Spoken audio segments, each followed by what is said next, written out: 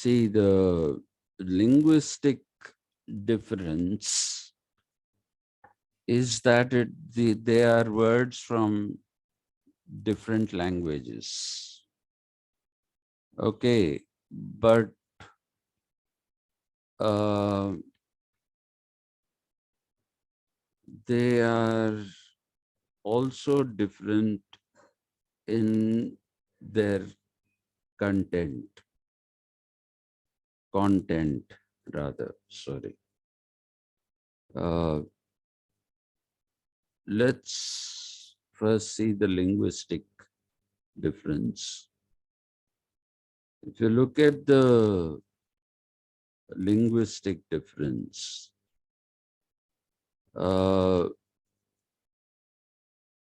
then caste is not even an English word. Okay, when the Britishers came to India, colonized us, and they saw the Indian society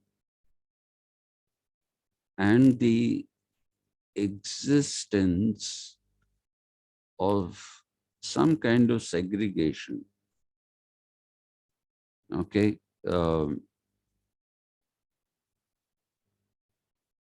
Well, I would be very, very careful with the usage of segregation, because segregation has a different usage in America, and the Anglophone world is more familiar with that segregation.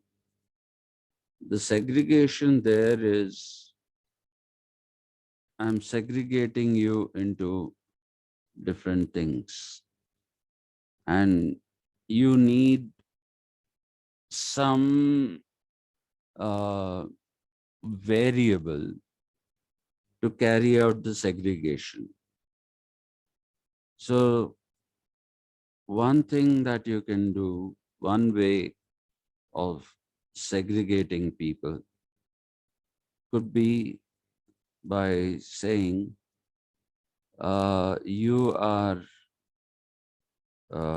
what should I say? You are a boy, you are a girl. All girls come to my right.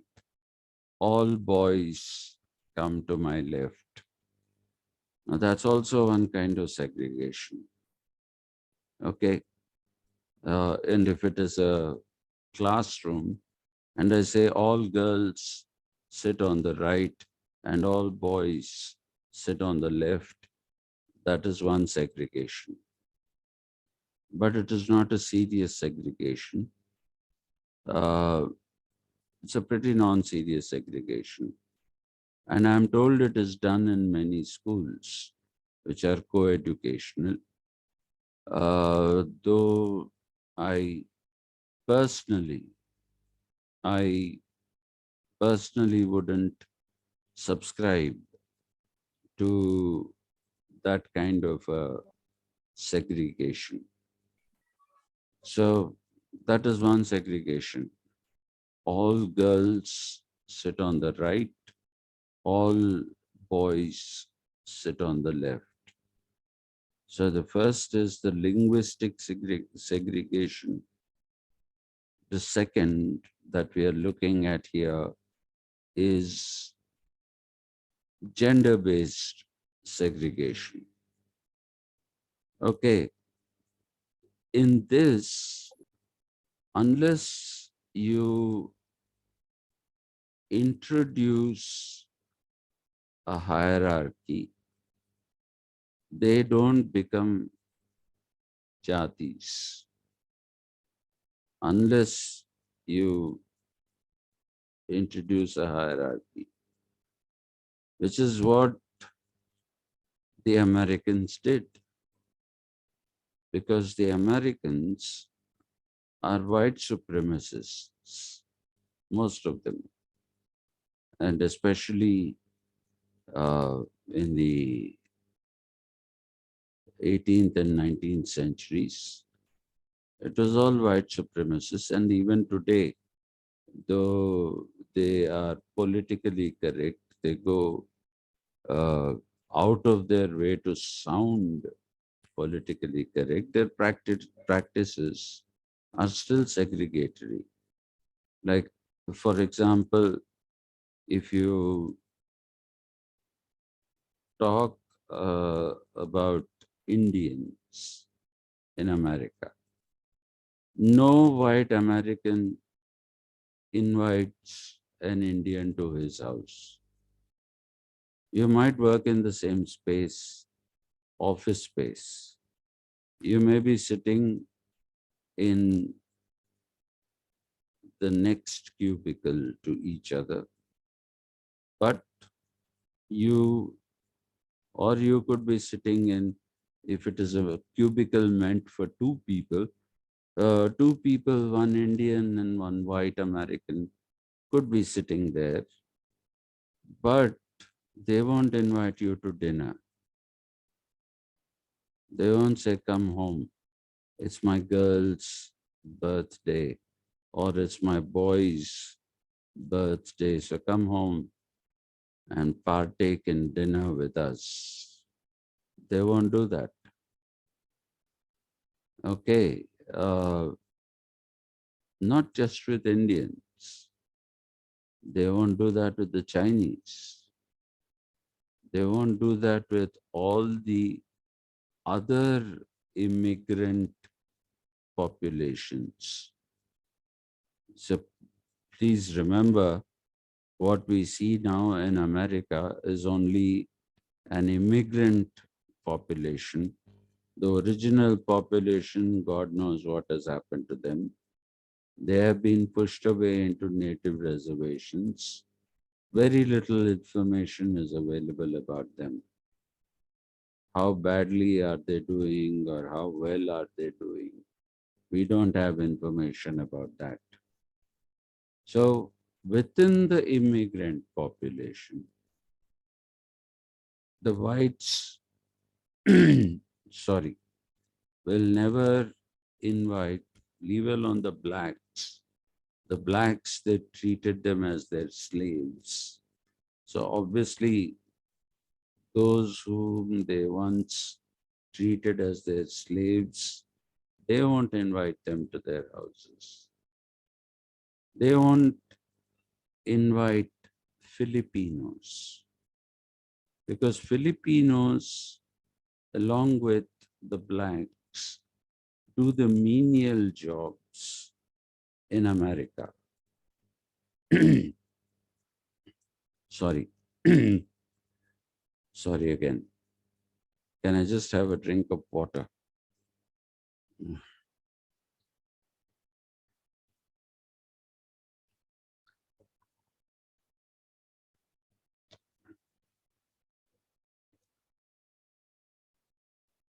Sorry about that.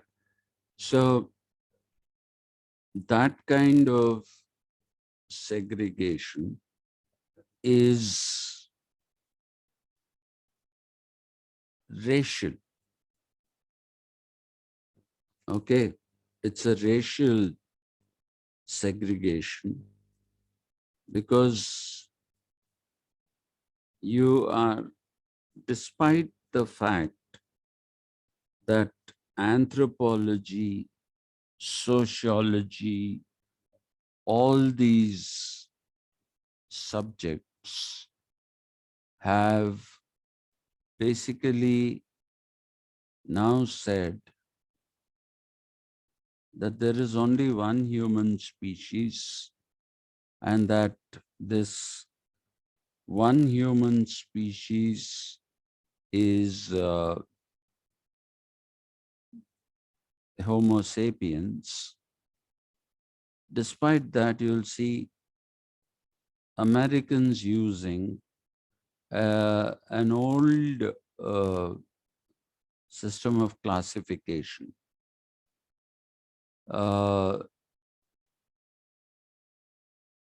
they call themselves Caucasian.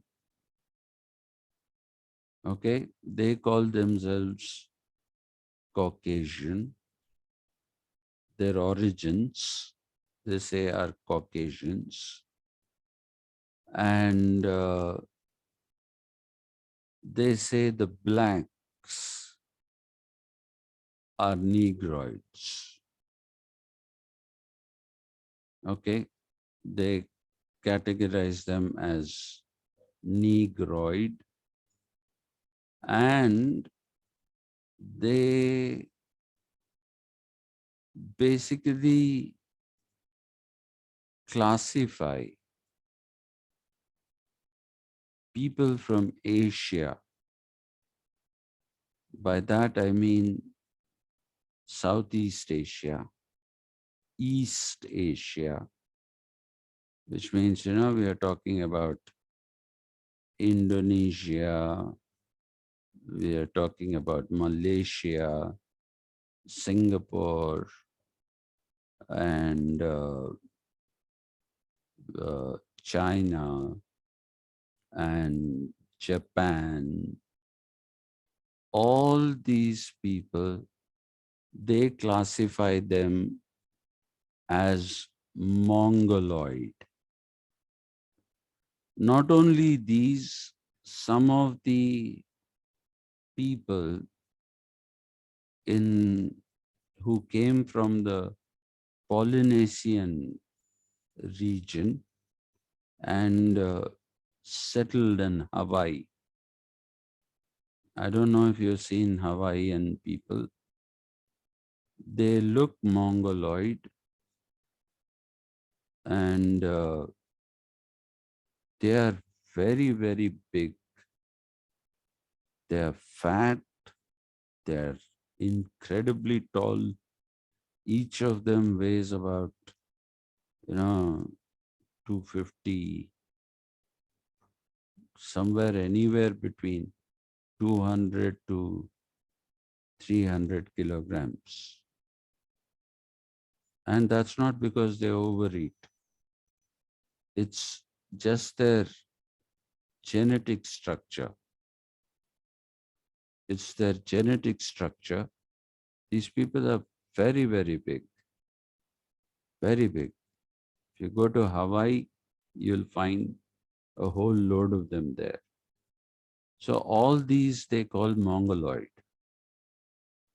Now the question that goes a begging is, what about us? Who are we?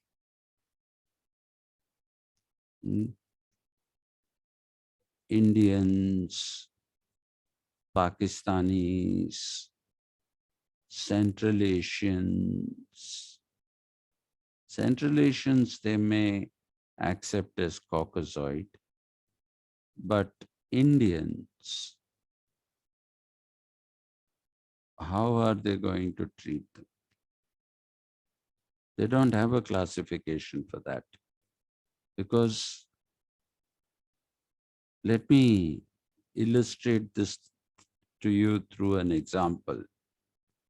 I just told you, when they talk about Asians, they call them Mongoloid. Aren't we Asians?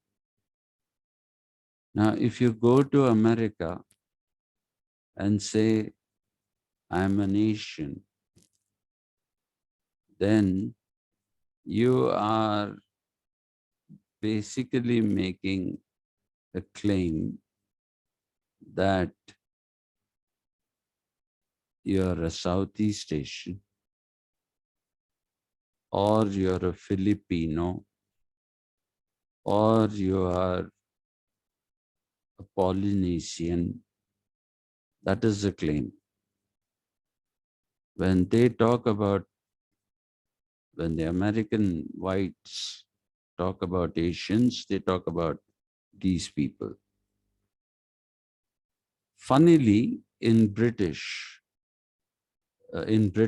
sorry, terrible English, I'm sorry about that. If you go to Britain, we are classified as Asians. Okay, because we were their erstwhile colony. And so they call us Asians, Indians, Bangladeshis, Pakistanis, which were all just one country. At one time, this was one country when the British ruled only. Before that, it was not one country. But when the British ruled, it became one country. Then they divided it. That's a different issue, right? They call us Asians. They don't have a description for Southeast Asians because Southeast Asians don't go to Europe. They go to America. It's closer for them to go to America. For us, Europe is closer. So people from India go to, not just from India, from Pakistan, Afghanistan, uh, most of them go to Europe. So if you look at this, then they have now stopped calling us Asians. Most of the people in Britain, they are a little more enlightened than Americans. They stopped calling us Asians and now they call us by our nationalities. They call us Indians, Pakistanis, they call them Iranis, uh, Afghanis, Afghans, rather, sorry. Uh, so they call them like that. And there also, you're not invited to the house of a white for dinner or a lunch. Not only do they not invite you, if you invite them, you say it's my child's birthday or it's my birthday, I am throwing a party, please come over. They'll make some excuse and not come. They won't turn up. Anywhere in Europe, if it's a non-white, they don't go to their house. The same rule applies to uh, the Americans. So here, this is racism. But if you were asked to describe in Hindi, for example, if it is Hindi, then we say jati. Okay. And in fact, the Hindi name for the United, rather not Hindi, the Telugu name for the United Nations, and even the Hindi name is, what is your problem? Nana Jati Sangh. That is what it is called in Hindi. In Telugu, it is called Nana Jatula Sangam. So, race is, it seems to be there when you talk about jati. But caste is not an adequate description of the kind of segregation that is followed in India. We have segregation. You have the 5 jatis, the Brahmins, the Kshatriyas, the Vaishyas, the Shudras, and the Chandalas, those who are not touched, the untouchables, are the Panchama Jati. Originally, there was no Jati system. There was only a Varna system. And in each family, you could have all 4 Varnas. And it was a Chaturvarna system. But it slowly changed and it became a Jati system. Now, actually, the reason why people are calling this Jati instead of caste, okay, is because if you use the word caste, it is not a correct description of what you find in India. The description that caste gives you is a closed group. That's all. A closed group of people is a caste. And like I told you, it's not an English word. In English, there is no word to denote a closed group. So they borrowed this word from Portuguese and applied it to India. Now, you have asked me a very complicated question. So this is going to be a long answer. I hope you're ready for that. If you say that caste is a closed group, it is formed voluntarily. It is formed voluntarily, and it is like when I was teaching you Western political thought, I told you about the cryptic groups that Pythagoras maintained. Those are like caste groupings. Okay. Now you can't use the word community because community is not closed. Community is open. A community is open to anyone. Okay. And it is not based in any kind of difference.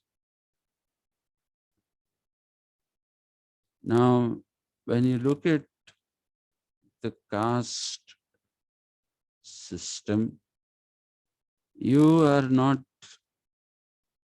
correctly describing it. Why? Because it's not a voluntary formation. It's not like people are taken into it, some people are shut out of it. It isn't like that. And therefore, caste grouping thing is something which is not correct. And much as Ambedkar's scholarship, which is the dominant scholarship, tells you that there is no mobility in caste groups. That is not a correct depiction. Have you heard of Sanskritization? Anyone? Yes, sir. Immense readers. Mm. I heard about these two words. Which two? Immense was find this word Sanskritization. Yeah. Do you know what he said meant by Sanskritization? No, I'm asking you. You heard of Means them? treating themselves as a upper caste.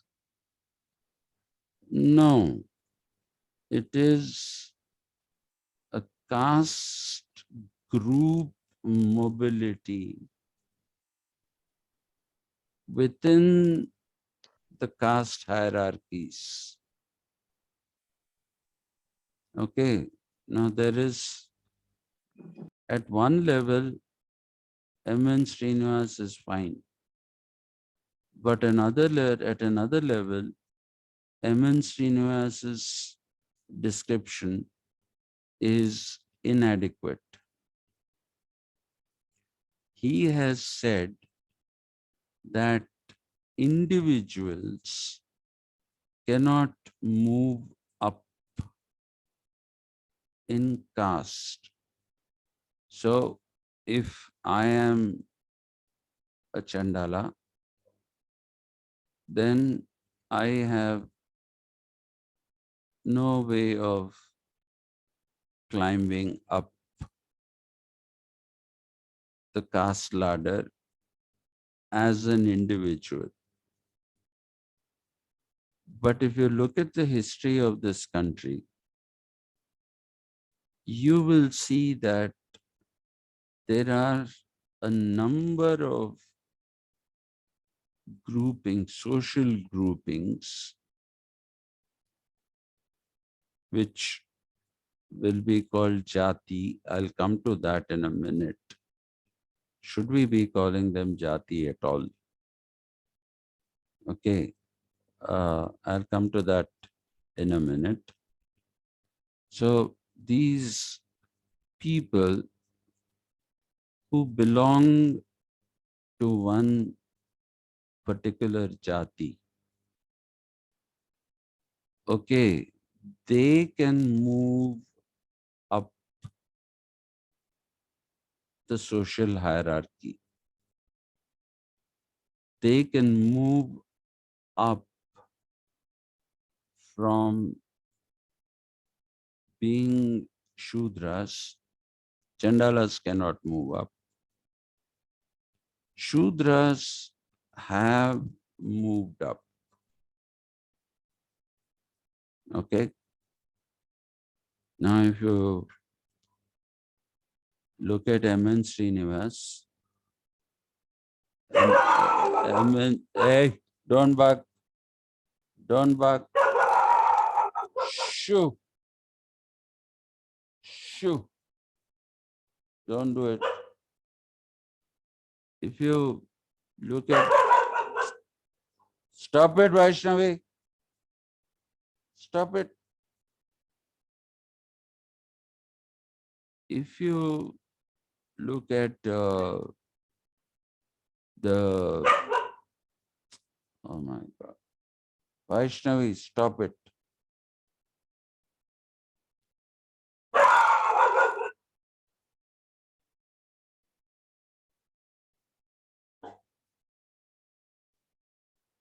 Okay,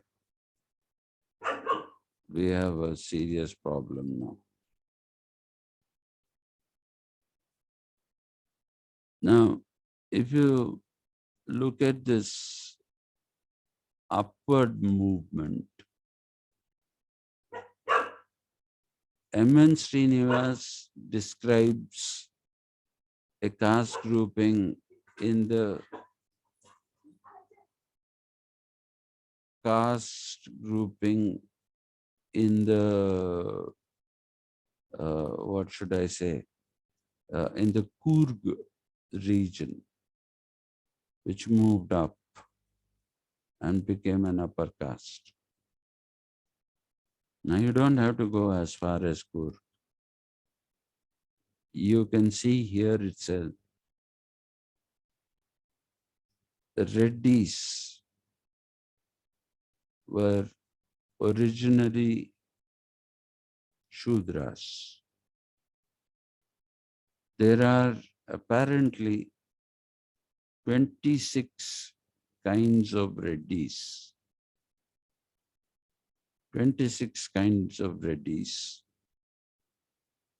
of which I am only conversant with 4 Reddy groupings, and these 4 Reddy groupings are the ones that matter.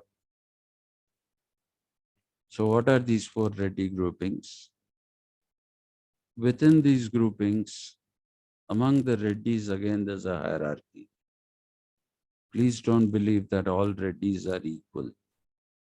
All Reddys are not equal. Okay? You have one kind of Reddy called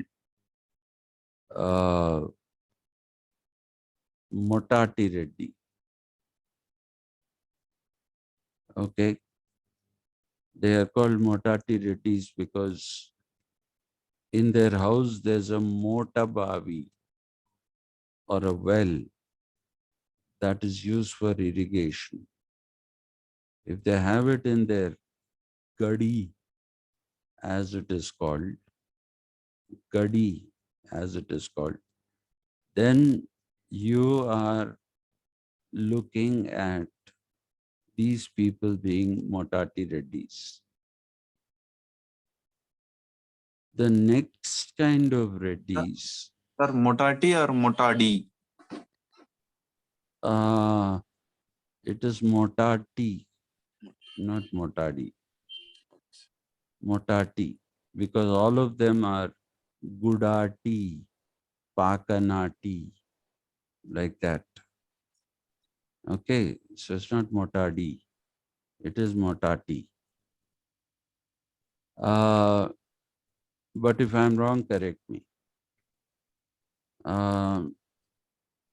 If you look at the next, these are Kapus. Kapu is a generic name. Kapus are those who take care of the agricultural fields. So these people were living, taking care of uh, the lands. It's not their lands, it's the Zamindar's lands. And the Zamindars are mainly Muslims. So they built huts which were like this, like a gudu, as you would say, like a nest with that kind of material. Because they built it like a gudu, they were called Gudati Reddys. Okay. I don't know why Pakanati Reddys are called Pakanati Reddys. I have no idea why they are called that. The 4th kind of Reddys are the Done Reddys. Done, I don't know if you know what it means. It is working with metal, okay, like aluminum kind of metal. they made water channels. These water channels are called dones. So they were called donereddis. Now, all of them had, because of the nature of the work, all these four had access to the zamindar, to the nizam. More importantly, they had access to village records, because these people first and foremost became reddis because they were already close to the power center. Okay, in a very old tax called Rettadi. Rettadi is the name of the tax. They collected this tax, and as collectors of this tax, they became reddis. Rettadi collectors became reddis. And village officials were hereditary offices. So Mali Patel was a Reddy. Mali Patel kept the land records. He is not a Mali. Okay, he had all the land records, very powerful. Then you had another Reddy who was a police Patel, who was in charge of maintenance of law and order in villages. Now, if there was an election for the post, the highest post, then that person was called a Patwari. Okay. And if it is a Brahmin, he is not called a Patwari, he is called a Karanam. Now, a lot of people have told me that Karanams are in Andhra. It's not a Telangana thing. Telangana is Patwari. That is completely wrong. The official language of both the Qutub Shahis and the Asaf Jahis was Persian. The Asaf Jahis later made it Urdu. Now, the Brahmins were the people who had learning. So they also learned Persian, and they sat in the court. They sat in the court and wrote a Karnama, the court of the king, of the Nizam or the Qutub Shahi king. They wrote the Karnama. These are Karanams. So technically, Patwaris and Karanams are different people. They have got mixed up later on. That's a different issue. The Patwari didn't sit in the court of the king and write the Karnama. Karanam sat there.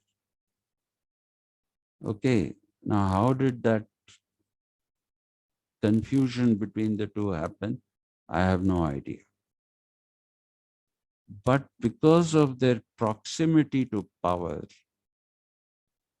and if they did their job well, the Nizam gave Jagirs, Zameen, yellow. So if you go to Akshay Puneet, you must have heard of Mehboob Reddy. No, sir. You're a Warangler And you don't know Mehboob Reddy? Hmm? No, sir. Hmm. I heard of Vishnu Deshmukh. Deshmukh Reddys are different again. Mehboob Reddy was named after Mehboob Ali Khan by one of the officials, and he gave his child and said to Mehboob Reddy, he said, to Mehboob Ali Khan, he showed his son and said, I have decided to call him Mehboob Reddy.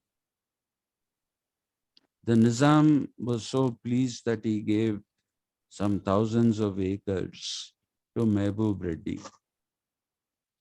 Mehboob Reddy's fame goes all the way to Narsampet. Okay, so by being close to power and by not being untouchables, the Reddys basically became an upper caste. Now you call them a Reddy caste. You, if I ask you, if I ask a Reddy, what is your caste? You'd say Reddy. Now where does this fit in? Either if you take it as Chaturvarna or if you take it as Chatur Jati, where does this fit in? Is he Brahman? Is he Kshatriya? Is he Vaishya? Is none of these. In coastal Andhra, during the rule of Palnati Nagamma, which was where in Palnadu near Guntur, there is a place called Kotappa Konda. On one side of the Kotappa Konda was the Brahmin kingdom. On the other side was the labor, the Kammas. The origins of why they were called Kammas is not very clear. But a consensus seems to be that they were page boys, meaning messengers. Kamma, I believe, is a messenger. I didn't know this. Somebody told me that. Yet another person told me another story, which is, you know what is a kavidi, which you carry on your shoulder. Okay? And you put things in two baskets on either side and carry the thing on the shoulder. Palanquin, sir. Not palanquin. This goes down. You put vegetables, you put water. That is what it is. That stick that holds these uh, things was actually called a kamma. So some people say these people made the kammas, and that's why they got the name kamma. Some people claim that they basically carried things, and that's why they are called kammas. But it's a very funny thing. In coastal Andhra, the kammas were in charge of the lands of the Brahmins, And the Brahmins were lazy.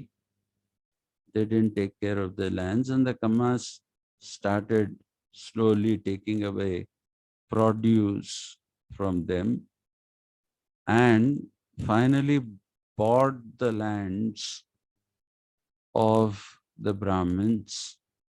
Brahmins became landless, Kammas became landed. That's how they grew up in the hierarchy.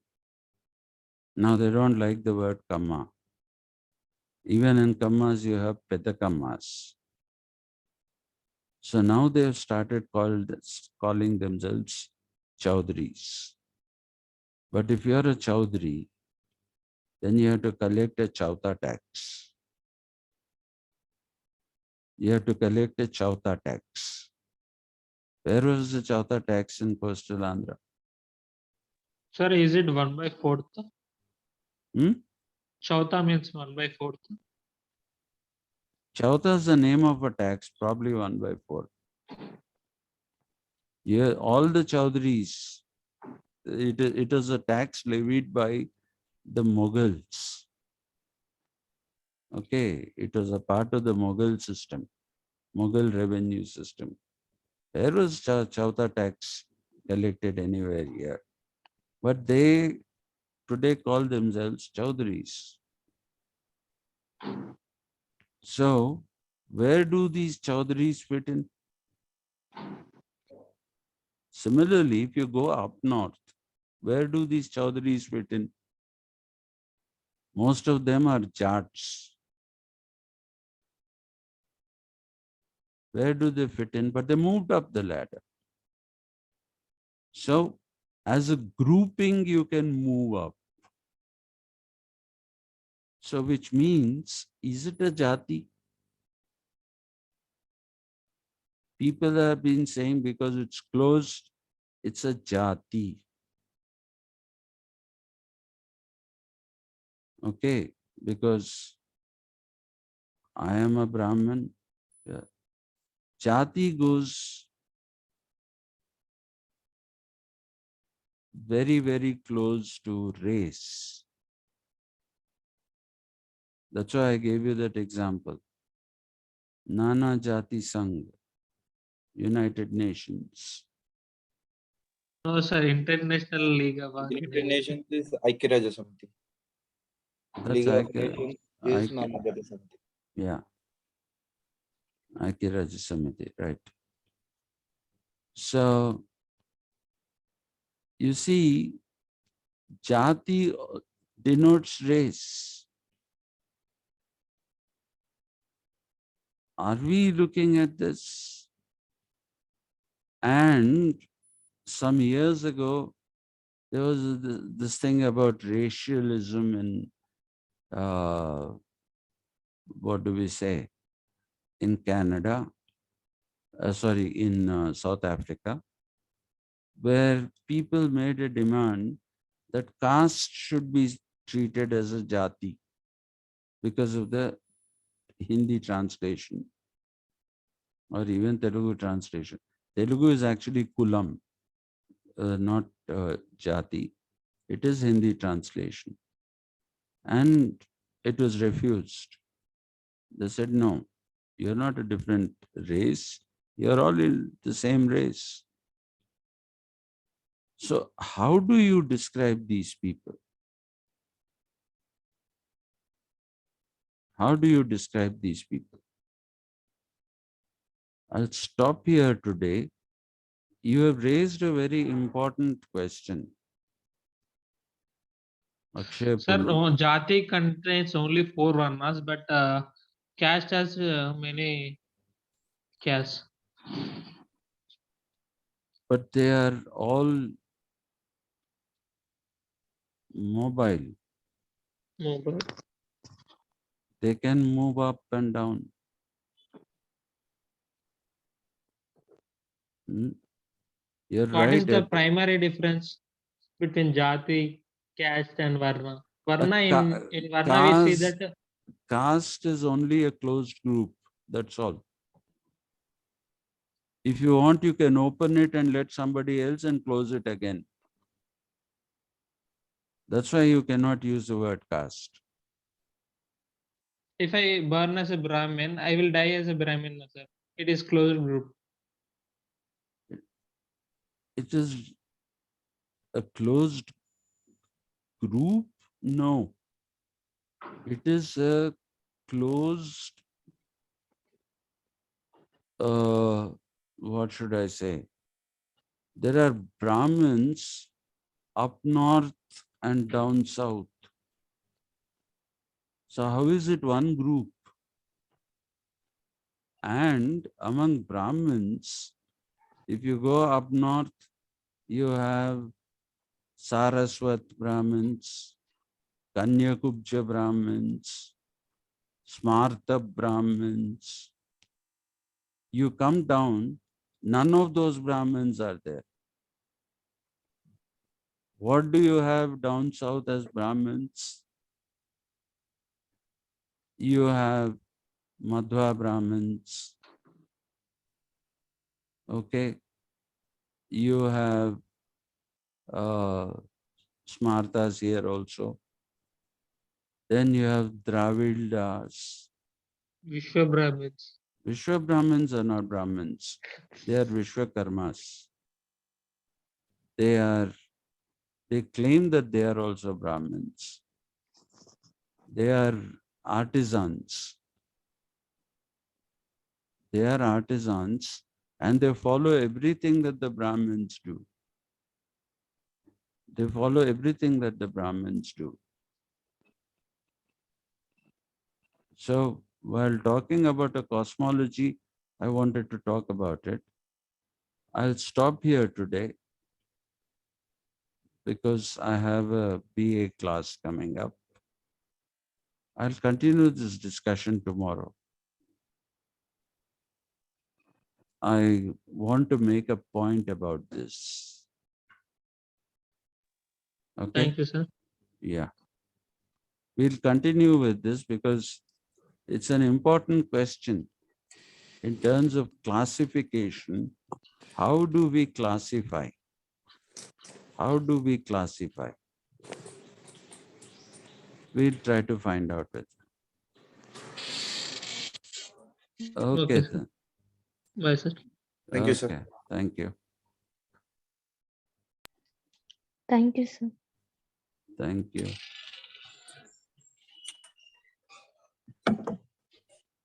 Goodbye, sir. Bye, Thank you. Shrestha. Thank you.